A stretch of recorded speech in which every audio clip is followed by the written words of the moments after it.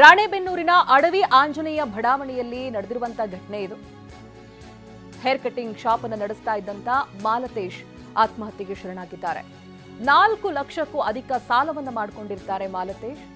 ಸಾಲ ಪಾವತಿಗೆ ಹಣ ತರೋದಕ್ಕೆ ತವರಿಗೆ ಹೋಗಿರ್ತಾರೆ ಅವರ ಪತ್ನಿ ಗೀತಾ.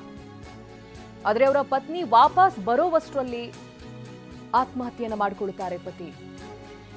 ಇಬ್ಬರು ಗಂಡು ಮಕ್ಕಳನ್ನ ಬಿಟ್ಟು ನೇಣಿಗೆ ಶರಣಾಗಿದ್ದಾರೆ. ಮನೆಯಲ್ಲಿ ಯಾರೂ ಇಲ್ಲದಂತ ವೇಳೆ ಮಾಲತೇಶ್ ಸುಸೈಡ್ ಮಾಡಿಕೊಂಡಿದ್ದಾರೆ. ರಾಣೆಬೆನ್ನೂರು ಗ್ರಾಮೀಣ ಪೊಲೀಸ್ ಠಾಣಾ ವ್ಯಾಪ್ತಿಯಲ್ಲಿ ನಡೆದಿರುವಂತಹ ಪ್ರಕರಣ ಇದು. ನೋಡಿ, ಮೈಕ್ರೋ ಫಿನಾನ್ಸ್ನ ಕಿರುಕುಳಕ್ಕೆ ರಾಜ್ಯದ ಬೇರೆ ಬೇರೆ ಭಾಗಗಳಲ್ಲಿ ಜನ ಆತ್ಮಹತ್ಯೆಗೆ ಶರಣಾಗ್ತಾ ಇದ್ದಾರೆ. ಇದು ಹಾವೇರಿಯಿಂದ ಬರ್ತಾ ಇರುವಂತಹ ಸುದ್ದಿ. ರಾಣೆಬೆನ್ನೂರಿನ ಅಡವಿ ಆಂಜನೇಯ ಬಡಾವಣೆಯಲ್ಲಿ ನಡೆದಿರುವಂತಹ ಘಟನೆ. ಮಾಲತೇಶ್ ಅಂತ ಆತ್ಮಹತ್ಯೆಗೆ ಶರಣಾಗಿರೋರು ಹೇರ್ ಕಟಿಂಗ್ ಶಾಪ್ ಅನ್ನು ನಡೆಸ್ತಾ ಇದ್ರು. ಸಾಲ ತೀರ್ಸೋದಕ್ಕಾಗದೇನೆ ಮನೆಯಲ್ಲಿ ಯಾರೂ ಇಲ್ಲದಂತ ವೇಳೆ ನೇಣಿಗೆ ಶರಣಾಗಿದ್ದಾರೆ. ಸಂಬಂಧಿಕರು ಆಕ್ರಂದಿಸ್ತಾ ಇದ್ದಾರೆ.